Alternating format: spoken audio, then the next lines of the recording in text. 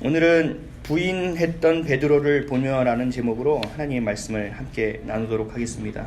요한복음 54번째 시간입니다. 지난주 우리가 함께 나눴던 말씀, 그리고 오늘 볼 말씀이 18장입니다. 18장에는 예수님이 잡히시는 장면이 담겨 있고, 또 이어서 19장에는 예수님이 십자가에 달려 죽으신 모습이 담겨져 있고, 또 20장에는 예수님의 부활하심이 담겨 있습니다. 그리고 맨 마지막 21장에는 예수님이 부활하셔서 제자들에게 나타나신 모습이 기록되어 있습니다. 이 마지막에 담겨 있는 이 장이 17장의 대제사장 예수 그리스도가 우리에게 했던 그 기도를 시작해서 가장 중요한 부분들이 담겨 있습니다. 예수 그리스도가 우리를 위해 이 땅에 오셨다는 것이고, 우리를 위해서 이 땅에서 십자가에 달려 죽으셨다는 것이고, 그리고 부활하신 후에 다시 이 땅으로 우리를 구원하러 오실 것이라는 성경의 가장 중요한 내용이 이 장에 다 담겨 있는 것입니다. 오늘 본문을 보면 죄 없으신 예수님이 결박을 당합니다. 체포됐어요. 그때 제자들은 모두 흩어져 버립니다. 너나 할 것 없이 흩어집니다. 그리고 예수님은 대제사장에게 끌려갑니다. 그곳에서 치욕을 당하십니다. 그리고 아랫사람에게 뺨을 맞는 수모를 당하십니다. 여러분들 주먹으로 맞는 게 기분 나빠요? 손바닥으로 맞는 게 기분 나빠요? 다 기분 나쁘죠. 다 기분 나쁜데 우리 그 드라마 보면은 더 기분 나쁘게 하려고 손바닥으로 뺨을 때리는 장면이 있습니다. 흔히 얘기해서 그 뺨을 우리는 싸대기라고 합니다. 유대 사회에서도 마찬가지였어요. 누군가를 손바닥으로 뺨을 치는 행위는 모독하는 행위예요. 그 사람의 존엄성을 훼손하는 행위예요. 근데 예수님이 오셨는데 그 안에서 아랫사람이 예수님의 뺨을 올려 칩니다. 그러한 수모를 당하시고 그러한 일을 당하십니다. 그리고 모독을 당하십니다. 로마의 속국으로 있었기 때문에 그 유대 사회를 지키고 유대 사회를 치리했던 대제사장이라고 하더라도 사람의 목숨을 취할 수가 없었습니다. 그래서 예수님을 사형시키기 위해서 빌라도에게 보냅니다. 그래서 빌라도가 예수님을 보고 이야기를 듣고 이 사람은 죄가 없다 라고 생각해서 돌려보내라고 합니다. 이때 성난 군중이 빌라도에게 뭐라고 합니까? 당신은 충신이 아니오. 이 사람은 자신이 이스라엘 왕이라고 하고 있는데 태양 아래 왕이 둘이 있단 말이오. 당신은 황제를 진짜 황제에게 충성하는 사람이 아니구만 하면서 군중들이 이 빌라도 총독을 압박합니다. 다른 것을 다 참아도 자신이 충신이 되지 않고 총독의 자리에서 물러날 수도 있는 빌미를 제공하지 않으려는 빌라도는 예수님에게 채찍을 가합니다. 그 채찍을 가할 때 늘 아시죠? 채찍 끝에 동물의 뼈와 그리고 쇠 같은 게 붙어 있어서 한번 맞으면 살점이 떨어집니다. 그 채찍을 맞고 나서 피를 흘리고 이제는 기진맥진한 상태에서 십자가를 지고 골고다의 언덕으로 올라가기 시작합니다. 그 전에 있었던 일이 있죠. 가시나무로 면류관을 만들어서 예수님의 머리에 씌웁니다. 그리고 푹 눌러 씌우면서 네가 이스라엘의 왕이지? 왕관이 필요할 것 같은데 하고 푹 눌러 씌웁니다. 피가 흐르고 얼굴에 피가 흘러내립니다. 그리고 나서 거기에서 그치지 않습니다. 예수님에게 옷을 입히는데 무슨 옷을 입히죠? 자색 옷을 입힙니다. 자색 옷은 귀족을 의미합니다. 조롱하는 것입니다. 네가 왕이라며 그래 왕의 노릇을 한번 해봐 하고 자색 옷을 입히고 모욕합니다. 그리고 며칠 전까지만 해도 예수님이 예루살렘에 당도할 때 호산나 호산나 우리를 구원하실 이 바로 당신이 그리스도시오 하면서 종려나무를 흔들었던 많은 백성들이 예수님께 침을 뱉고 모욕하고 멸시하는 말을 내뱉습니다. 그리고 그 거리를 돌고 돌 때 심지어 돌까지 날라옵니다. 거기서 끝나는 것이 아니라 십자가에 달리셔서 모든 피와 물을 다 쏟을 때까지 순종하시고 우리를 위해서 십자가에서 죽으십니다. 이 무엇은 다 알고 계시죠? 근데 제가 오늘 본문을 준비하면서 이 예수님이 이런 당하시는 고초를 당하실 때 무슨 생각을 하셨을까? 라는 생각을 해봤어요. 예수님이 힘들고 어려운 고난을 당하실 때, 이 고통을 당하실 때 무슨 생각을 하셨을까? 아마 이런 생각을 하셨을 것 같아요. 끝까지 주님이 주신 것에 순종할 수 있게 해주십시오. 주님, 아버지, 내가 저 산에 올라가 십자가에 달릴 수 있는 힘을 좀 주십시오. 내 다리가 움직이질 않습니다. 내 눈이 보이지 않습니다. 하나님이 주신 일을 감당할 수 있도록 좀 도와주십시오. 끝까지 사명을 마치게 해달라고 아마 간절히 기도하셨을 거예요. 그리고 또 하나 떠오르는 선명한 이미지가 하나 있었을 것입니다. 대제사장의 집까지 모든 제자들이 다 도망갔음에도 불구하고 쫓아왔던 베드로.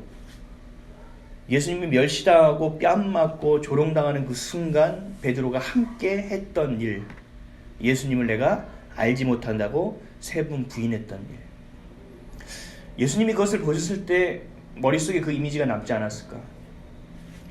물론 예수님은 베드로가 배신할 것을 알고 있었음에도 불구하고 실제적인 상황 안에서 마음에 와닿는 것이 있었을 것입니다. 우리가 이미 망할 거야 라고 생각했던 것과 진짜 망했던 것과는 완전히 차원이 다른 것처럼 예수님이 그것을 알고 있었지만 그것을 배신하는 모습을 보고 있던 예수님의 마음, 그 얼굴 표정을 봤던 예수님, 그 이미지가 정말 선명하게 남아있지 않았을까. 그래서 올라가면서 아마 힘을 다하게 해주십시오, 사명을 감당하게 해주십시오 라는 기도 외에 베드로가 걱정되셨을 겁니다.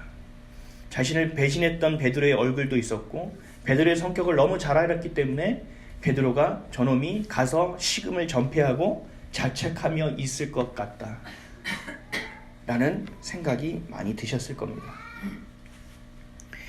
우리가 인생 가운데서 가장 큰 고통이 뭐라고 생각하십니까? 가장 큰 고통. 이렇게 물어보면 뭐라고 얘기하는지 아세요? 내 고통이요 라고 얘기해요. 네 고통이 아니라, 저 사람의 고통이 아니라 내 고통이 가장 큽니다 라고 이야기합니다. 근데 보편적으로 얘기했을 때 인생에 있어서의 가장 큰 고통은 질병도 아니고 아픔도 아닙니다. 이별입니다. 사랑하는 사람이 내 곁을 떠났을 때의 마음입니다. 가장 고통스러운 것입니다. 사랑하는 사람이 떠났을 때. 그럼 가장 큰 외로움은 뭘까요? 사랑하는 사람이 내 곁에 없을 때입니다. 가장 큰 인생의 쓰라림은 뭘까요? 믿었던 사람이 나를 속일 뿐 아니라 내게 등을 돌릴 때입니다. 가장 신뢰했던 제자가 가장 큰 위기에서 예수님을 부인할 때 예수님의 마음은 쓰라리고 외롭고 아팠을 것입니다. 그래서 골고다의 언덕을 걷고 걸을 때 베드로의 이미지가 선명하게 남아 있었을 것입니다. 오늘 우리는 예수님을 부인하고 있는 베드로의 모습을 좀 보았으면 좋겠습니다. 어떻게 하면 우리가 부인하지 않고 살 수 있을까? 어떻게 하면 충성스럽게 예수님을 따라 살아갈 수 있을까? 하나님의 자녀답게 살아갈 수 있을까? 오늘 베드로의 모습을 보면서 우리 스스로의 모습을 좀 돌아봤으면 좋겠습니다. 그리고 주님께로 온전히 돌아오는 시간 되시기를 주의 이름으로 축원드립니다. 예수님을 부인하지 않는 사람이 되기 위해서는 첫째로 성령님과 철저히 동행하는 삶을 살아야만 합니다. 우리 성경의 인물 중에 성도들에게 물어보면 가장 싫어하는 인물이 하나 있어요. 가룟, 유다 뭐 이런 사람 빼고요. 욥입니다. 욥을 싫어합니다. 왜냐하면 너무 힘든 고통과 아픔을 당했기 때문에 읽는 것 자체가 너무 힘들어요. 그러면서 나는 욥처럼은 못 되니까 하나님 알아서 하십시오 라고 얘기들을 합니다. 욥은 동방의 부자로 살았습니다. 근데 어느 날 욥에게 수많은 일이 한꺼번에 닥쳐옵니다. 하인이, 종이 헐레벌떡 욥을 찾아 뛰어옵니다. 테라스에 앉아서 맛있는 커피 한 잔을 마시며 땅을 바라보며 하나님을 찬양하고 있는 욥에게 헐레벌떡 종이 한 명이 뛰어와서 이야기합니다. 주인님 큰일 났습니다. 큰일 났습니다. 지금 스바 사람들이 갑자기 몰려와서 당신의 종들을 다 죽이고 밭을 갔던 소와 또 풀을 뜯던 나귀들을 다 잡아가 버렸습니다. 큰일 났습니다. 그래서 우리가 어떻게 하는 도중에 또 한 명의 종이 뛰어들어옵니다. 말이 끝나기도 전에. 주인님 큰일 났습니다. 정말 큰일 났습니다. 갑자기 우리가 일을 하고 있는데 갈대아 사람들이 와서 무장을 하고 와서 당신의 종들을 다 쳐 죽였습니다. 그리고 그 수많은 낙타를 다 잡아가 버렸습니다. 이거 어떻게 해야 됩니까? 어떻게 해야 됩니까? 하는 도중에 말이 또 끝나지도 않았는데 또 한 명의 종이 헐레벌떡 이욥에게 뛰쳐 들어옵니다. 이 사람은 그냥 급한 것이 아니라 얼굴이 사색이 됐습니다. 회색빛이. 그러면서 이야기합니다. 주인이 큰일 났습니다. 큰일 났습니다. 큰아드님 댁에 모든 자녀들이 다 모여서 식사를 나누며 좋은 시간을 가지고 있었는데 갑자기 집이 무너져서 모든 자녀들이 한 번에 다 죽었습니다. 당신이 사랑하는 큰아들도 그 딸도 그 손자들도 다 죽었습니다. 어떡합니까? 여러분들에게 이런 일이 갑자기 일어난다면 어떻게 하시겠습니까? 저는 비슷한 일이 있었습니다. 제가 대학을 떨어졌습니다. 그래서 하루인가 이틀인가 힘들어 하고 있는 중에 집이 망했습니다. 그래서 집이 망했는지 모르고 있는데 구두를 신고 집에 사채업자가 들어옵니다. 그리고 갑자기 집에 빨간 딱지가 확 다 붙기 시작하면서 집에서 갑자기 이사를 가야 된다고 합니다. 하루아침에 여의도에 50평 넘는 아파트에 살다가 방 한 칸짜리에 있는 집으로 이사를 갑니다. 비슷한 일이 생겼습니다. 그때 욥은 어떻게 했냐면요. 저는 어떻게 했냐면요. 하나님 믿는 거예요. 하나님 있어요? 있으면 나와봐요. 하면서 교회에 돌을 던집니다. 그러나 저보다 뛰어났던 욥님께서는 하나님을 원망하지 않습니다. 너무나 괴롭습니다. 그래서 옷을 찢습니다. 그리고 머리를 다 밀어버립니다. 그리고 하나님 앞에 나아갑니다. 그러면서 저처럼 원망한 것이 아니라 하나님을 경배합니다. 하나님을 찬양합니다. 그 다음날 됐습니다. 거기서 끝나는 것이 아닙니다. 발바닥부터 시작해서 정수리까지 종기가 차오르기 시작합니다.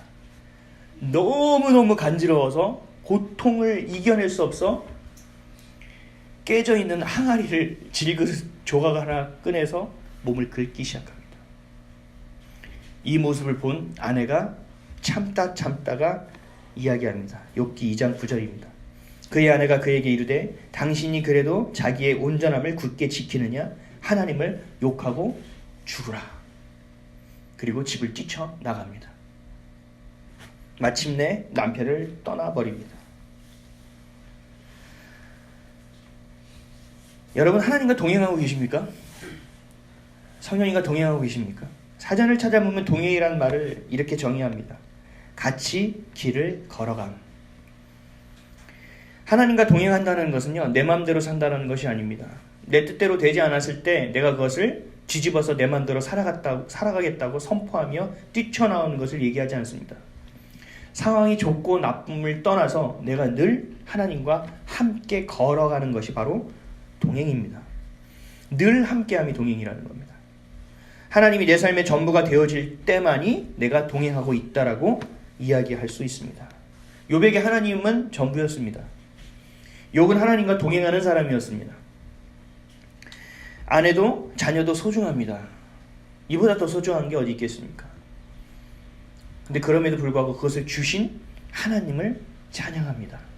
하나님이 더 우선이라고 욥은 이 어려운 상황 가운데서도 고백하고 있습니다. 왜냐하면 이렇게 할 수 있었던 이유는 욥은 철저하게 하나님과 동행했던 사람이었기 때문에 가능할 수 있었습니다. 전부가 되어지면요, 갈등이 없습니다. 고민이 없습니다. 시험에 들지 않게 됩니다. 그냥 너무 세상 사람들이 볼 때 그냥 천진난만하게 보입니다. 근데 많은 사람들이요, 교회에 나옵니다. 예수를 믿는다고 합니다. 근데 왜 나오냐면요, 예수를 믿지 않으면 구원받지 못할 것 같으니까. 그래서 내가 보험 하나 든다는 마음으로 나오는 거예요. 내가 이 생 가운데서도 보험을 드는데 내가 죽었을 때도 내가 영원한 구원을 얻을 수 있도록 보험 하나 들어야겠다. 그래서 교회에 나오는 거예요. 근데 교회에 나오다 보면 이상한 일을 경험하게 돼요. 내가 세상과 이제는 타협할 수 없겠구나.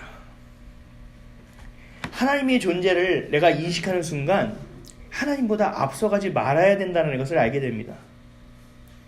그리고 하나님이 하시는 일과 세상이 타협할 수 있는 일이 아니라는 것을 알게 됩니다. 그리고 뭐가 먼저고 뭐가 나중이고 뭐가 옳고 뭐가 그른지가 머릿속에 이제 분명해지기 시작합니다. 갈등이 생기기 시작하는 거예요. 내가 보험을 하나 들으러 온 건데 자꾸 내 마음이 괴로워지는 거예요. 옛날에 A의 결단을 내려서 이렇게 하면 됐지라고 생각을 했는데 이제는 그게 갈등이 되는 거예요. 내가 A를 했었는데 A를 해야 되는데 근데 하나님이 자꾸 B래요. 성경에 기록되어 있는 말씀 자꾸 B래요. 근데 아무런 많은 사람들에게 물어보고 조언을 구해도 B라고 얘기하는 사람이 한 명도 없어요. 다 A라고 얘기해요. 그래서 A로 가려고 하니 보험은 해지될 것 같고 또 B로 가자니 망할 것 같고 그래서 이러지도 못하고 저러지도 못하는 갈등의 상황에 처하게 됩니다.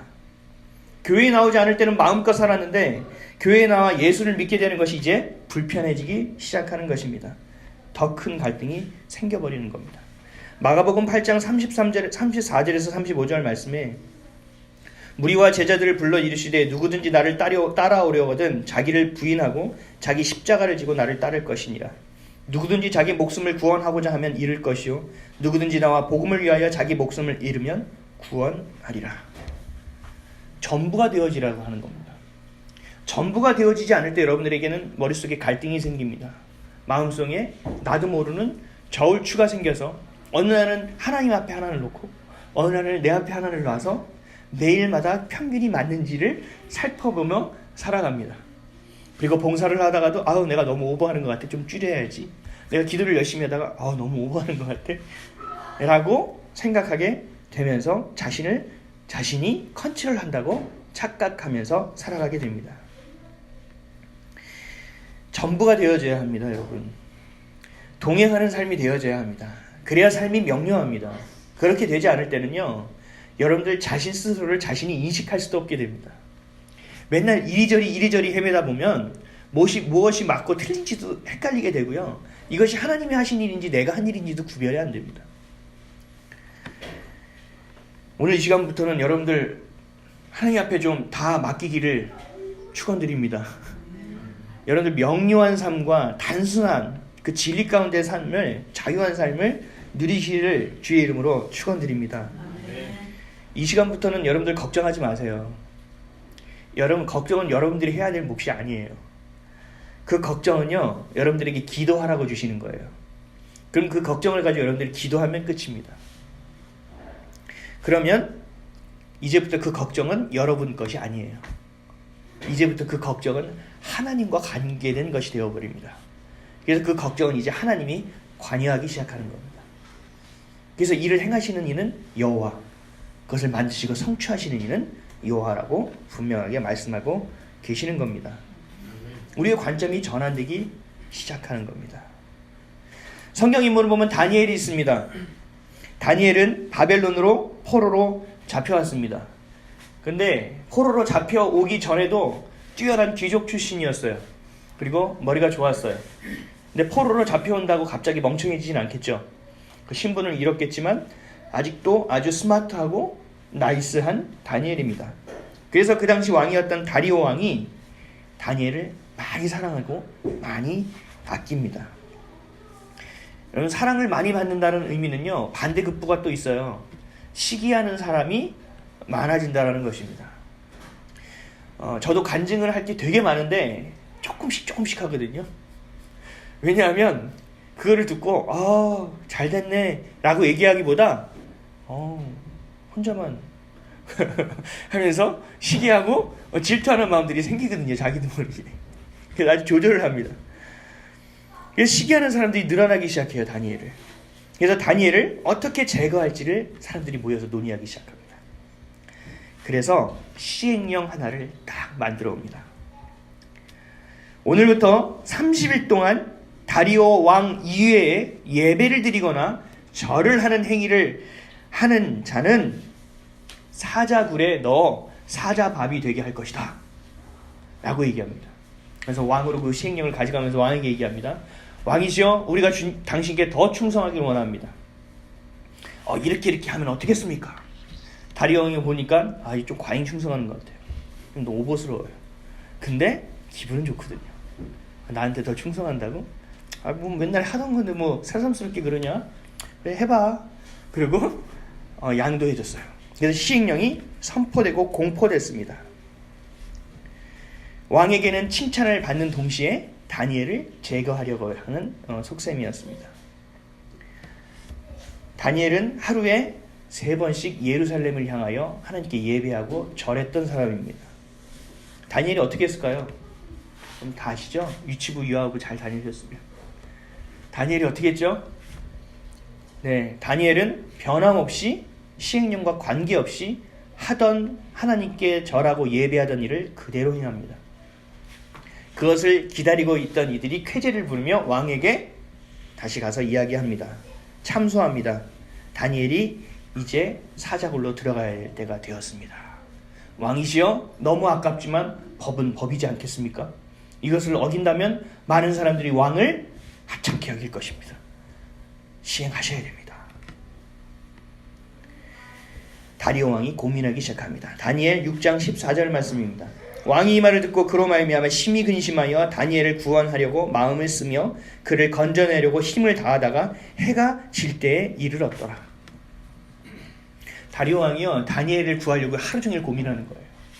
이 제국의 왕이요, 다니엘 하나를 구하려고요, 어떻게 해야 될지 고민을 하는 거예요. 다른 법을 찾아서 법리적인 공방을 할 수 있는 일을 찾아보기 시작하고 많은 법적인 사람들을 불러서 이걸 어떻게 해결해야 될지를 고민해 봅니다. 다니엘을 찾기 위한 방법을 찾습니다. 여러분, 지금 이 상황에서 가장 심란해야 될 사람이 누구죠? 다니엘이죠. 근데 실질적으로 가장 심란한 사람은 누구죠? 다리오 왕입니다. 죽음 앞에도 변함없는 하나님과 동행하는 다니엘의 태도와 그 신앙으로 인해서 그 걱정이 전환되어졌다라는 것입니다. 우리가 기도할 때 우리가 걱정을 가지고 있어야 되지 않아야 될 이유가 여기 있습니다. 우리가 그 걱정을 기도할 때 이제 심란해하고 걱정하고 근심하고 염려하고 행하실 이는 하나님이라는 거예요. 여러분들이 그것을 믿을 때 여러분들이 기도하게 되는 겁니다. 여러분들이 그걸 믿을 때 걱정하고 근심하지 않고 기대하게 되는 거예요. 근데 그게 안 되는 거예요. 왜냐하면 전부 믿지 않기 때문에 그렇습니다. 하나님께 완전히 동행하는 것이 아니라 내가 동행하고 싶을 때만 동행하기 때문에 그렇습니다. 이제부터 우리의 문제는 하나님이 걱정해 주셔야 합니다. 이제부터 우리의 문제와 걱정은 하나님이 기도해 주셔야 합니다. 우리가 해야 될 것은 하나님께 온전히 내어 맡기는 심령이 있어야 될 것이고 그러한 신앙이 있어야 될 것입니다. 그리고 그런 믿음이 있어야 될 것입니다. 그럴 때 행하시는 분이 바로 하나님입니다. 우리는 이런 신앙 원리를 잘 알아야 돼요. 그냥 믿으려고만 하니까 하나님이 주신 말씀과 내 삶의 괴리만 자꾸 커지는 거예요. 자꾸 커지는 거예요. A로 해야 될지 B로 해야 될지. 그래서 이럴 때는 하나님한테 붙고요. 저럴 때는 세상 가운데 가요. 이러한 동물이 한 마리 있습니다. 종류가 뭐라고 하죠? 배트맨. 박쥐입니다. 박쥐가 그래요. 박쥐와 같은 인생이 되어버리는 거예요. 그래서 하나님은 어정쩡한 모습을 싫어하십니다. 계시록 3장 15절에서 16절에 내가 내 행위를 아노니 내가 차지도 아니하고 뜨겁지도 아니하도다. 내가 차든지 뜨겁든지 하기를 원하노라. 내가 이같이 미지근하여 뜨겁지도 아니하고 차지도 아니하니 내 입에서 너를 토하여 내치리라. 굉장히 무서운 말씀이지만 하나님의 성향을 우리가 알 수 있습니다. 그리고 신앙의 원리를 우리가 찾아낼 수 있습니다. 오늘 본문에 나온 베드로의 마음도 같았어요. 예수님이 결박당할 때 고민하는 거예요. 모든 제자들은 다 도망갔어요. 근데 베드로는 고민하는 거예요. 내가 다른 제자들처럼 도망가야 할지 내가 예수님을 따라가야 할 것인가. 결국 베드로는 수제자답게 예수님을 따라가기로 결단합니다. 우리로 얘기하면 말씀대로 살아가기를 결단합니다. 내가 1억, 2억을 잃을지라도 주님이 원하시는 그 길을 내가 걸어가기로 선택합니다. 그리고 대제사장의 뜰까지 따라 들어갑니다. 여기까지는 좋아요. 우리의 신앙도 한 여기까지는 잘 되시는 것 같아요. 근데 차라리 안간히 못한 일이 벌어집니다. 예수님이 그 수모를 당하는 순간, 그 똑같은 그 순간에 베드로는 예수님을 3번 부인하는 일이 생깁니다. 닭이 울기 전에 3번을 부인합니다. 저희 애들에게 이런 얘기를 합니다. 너 하려면 하고 말려면 말아. 밥 먹으면서 책 보면서 밥 먹을 때는 밥을 먹어. 그리고 밥을 빨리 먹고 책을 봐. 아침에 일어나서 팔을 하나 넣으면서 또 책을 봅니다. 저희 첫째 이야기입니다. 그럼 제가 얘기합니다. 동원아, 하나씩 해. 집중해서 옷을 입고 나서 책을 보면 네가 책을 한 페이지는 더 볼 수 있어. 그리고 아빠한테 잔소리를 안 들을 수도 있어. 그래서 저희 집에 가훈과 같은 표어가 하나 있어요. 할 때 팍, 쉴 때 푹입니다. 할 때 좀 팍 하자. 그래서 쉴 때 좀 푹 쉬자. 그래서 쉴 때는 마음껏 쉬게 해줍니다. 그래서 월요일부터 금요일까지 너희가 수고했다. 그래서 저희가 토요일 날은 풀어줍니다. TV를 보게 하고 게임을 할 수 있게 해주고. 다만 시력이 문제라서 1시간 하고 1시간은 쉬어야 됩니다. 그러면 1시간 동안 책을 보기도 하고 놀기도 하고 합니다. 하나님과의 철저한 동행이 하는 것이 바로 그리스도인이라고 하는 거예요. 이것도 아니고 저것도 아닌 게 아니라 이것을 할 때는 이것을 해야 되는 거예요. 이렇게 할 때 따라가야지, 따라갔으면 끝까지 가야 되는 거예요. 그것을 동행이라고 한다는 것입니다. 그러지 않기 때문에 여러분들이 신앙을 가지고 살아가는 것이 너무 힘든 거예요. 기준이 자꾸 바뀌어버리잖아요. 그럼 어디에 기준과 초점을 맞춰야 되는 것인가? 매일같이 힘들게 되는 겁니다.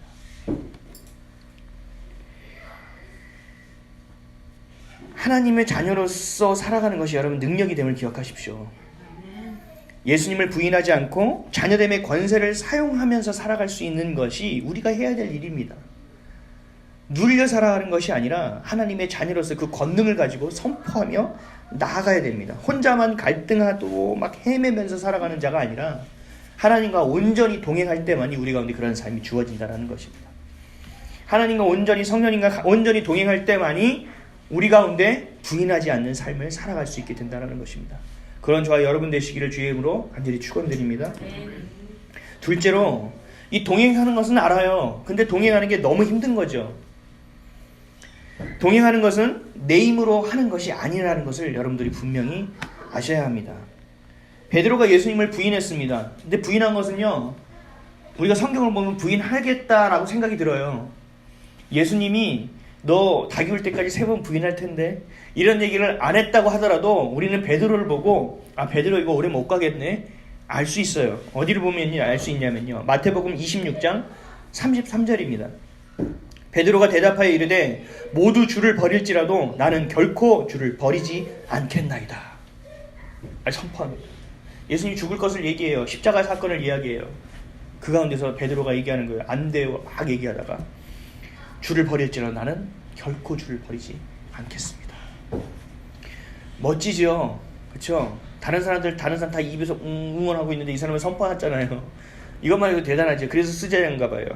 근데 베드로는 여기서 강조하는 것이 결코 버리지 않겠다라는 것은 두 번째 강조점이고 가장 큰 강조점은 나에게 있다라는 것입니다.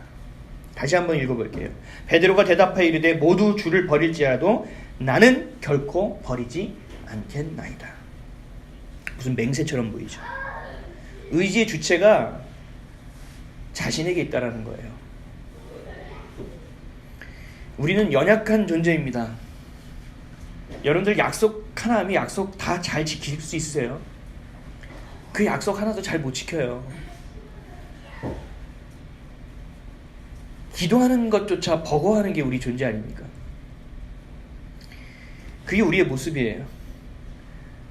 교회에서도요, 하나님 주신 은혜가 너무 커서 막 봉사하려고 해요. 그래서 저는요, 너무 좋아서 봉사를 만들었어요. 그 봉사하는 그게 없었어요, 부서가. 저 혼자 봉사부서를 만들었어요. 그래서 했더니 예배 전에 성전에 일찍 나와서 성전에 있는 쓰레기를 줍는 거예요. 그리고 찬송가랑 성경을 정리하는 거예요. 아무도 시키지 않았어요. 그런 부서도 없어요. 근데 제가 너무 은혜를 받고 사랑을 받으니까 뭔가 해드리고 싶은 거예요. 그래서 이렇게 두리번 거니까 뭐 웬만한 건 다 하고 있어요. 없는 거를 찾다 보니까 쓰레기 줍는 것과 성경을 정리하는 일이 없더라고요. 그래서 그걸 했어요. 그러다가 찬양을 해야 될 것 같아. 찬양팀이 없어요. 하나님을 정말 찬양하고 경배하고 싶은데. 그래서 몇 명 모여서 우리 찬양하면 안 될까? 밥도 사주고 그래서 사람들 음악 잘하는 넌 진짜 넌 목소리가 너무 뛰어나. 너 같은 애가 찬양을 해야 되는데 해가지고 아이들을 모았습니다. 청년들을. 그래서 4명 5명 모여서 우리 이름부터 한번 지어보면 어떨까? 이름부터 지어볼까? 막 하다가 이름을 지었습니다. 그래서 찬양팀을 만들어 찬양하기 시작했어요. 그리고 나중에는 찬양 리더를 주어주고 나니까 또 할 게 없는 거예요. 다른 사람이 넘기고 나니까. 그러다가 예배팀을 만들었습니다. 이것도 없던 겁니다. 사람들이 올 때 주보를 나눠주는 일이에요. 앞에서부터 사람을 앉게 하는 일이에요. 그리고 예배 전에 그 성전을 돌면서 기도하는 일이에요.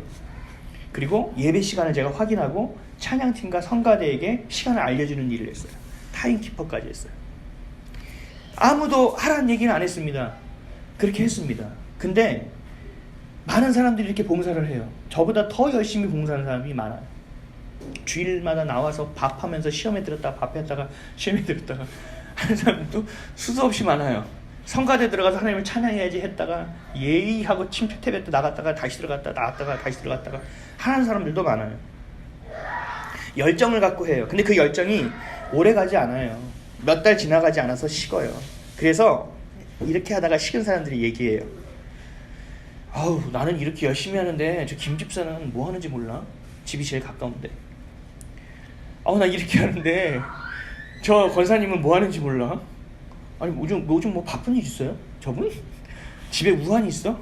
뭐 이렇게 얘기하면서 합리화하기를 시작합니다. 그리고 나 혼자 여기서 뭐 하는 거야? 그리고 이런 봉사는 아무리 생각해도 부질없는 봉사 같아.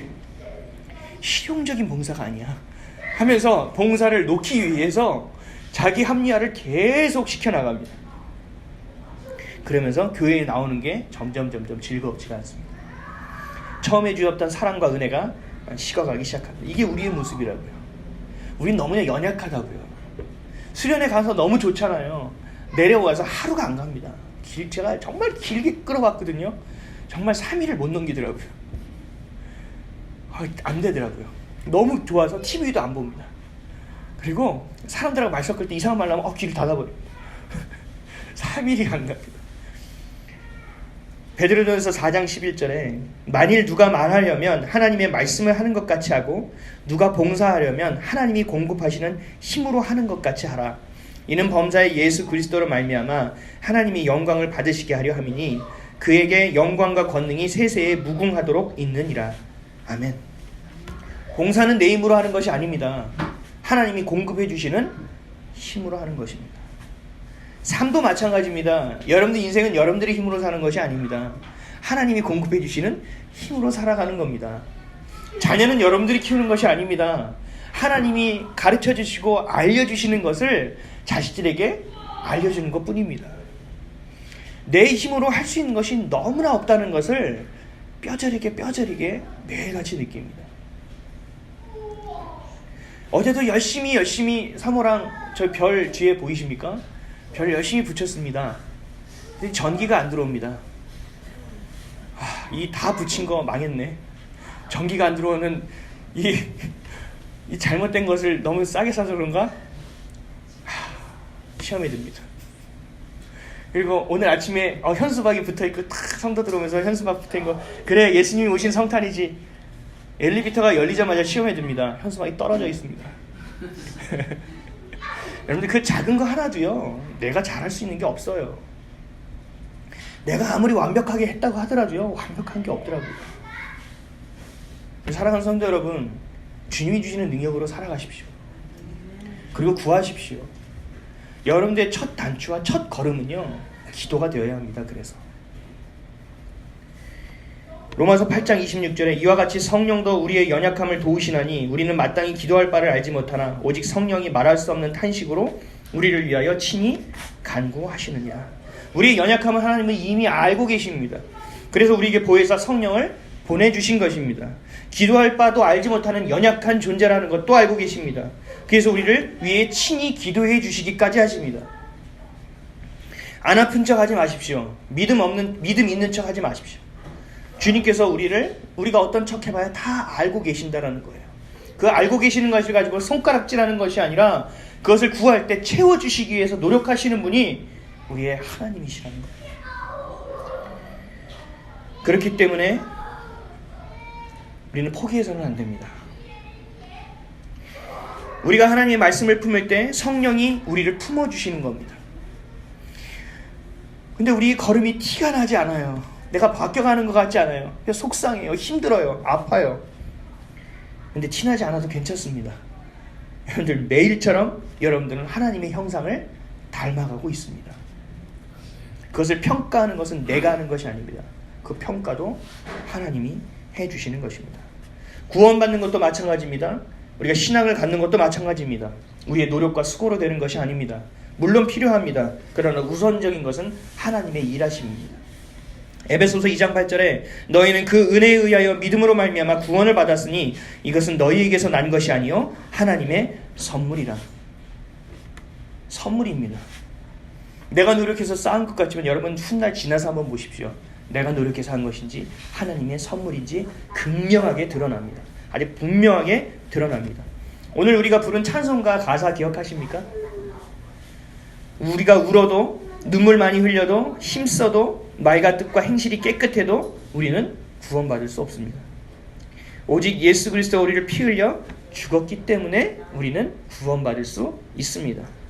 그분을 믿기만 하면 그 은혜의 힘이 주 안에 있고 주 앞에 나오기만 하면 우리는 구원받을 수 있다는 것입니다. 베드로와 같이 예수님을 부인하지 않는 삶을 살기 위해서는 철저히 성령님과 동행하는 삶을 살아가야 합니다. 온전히 믿어야 합니다. 99%가 아니라 100% 믿어야 합니다. 동전의 앞면과 뒷면을 선택하듯이 주님의 것을 선택해내야 합니다. 1%는 동전을 던지면 딱 쓸걸. 여러분들 그런 우연 오지 않습니다. 분명하게 선택하십시오. 그것이 여러분들이 해야 될 몫입니다. 그리고 하나님이 일하실 것을 믿으십시오. 내 노력과 수고까지도 주님이 행하지 않으면 우리는 할 수 없는 존재라는 것을 알아야 합니다. 철저히 의지해야 합니다. 내 힘으로 하다가 망합니다. 마가복음 8장 33절에 35절 말씀 제가 다시 한번 읽겠습니다. 무리와 제자들을 불러 이르시되 누구든지 나를 따르려거든 자기를 부인하고 자기 십자가를 지고 나를 따를 것이라. 누구든지 자기 목숨을 구원하고자 하면 잃을 것이요 누구든지 나와 복음을 위하여 자기 목숨을 잃으면 구원하리라. 아멘. 주인을 부인하는 인생이 아니라 주님을 그리스도로 시인하는 인생을 살아가는 저와 여러분 되시기를 주의 이름으로 간절히 축원드립니다. 기도하겠습니다.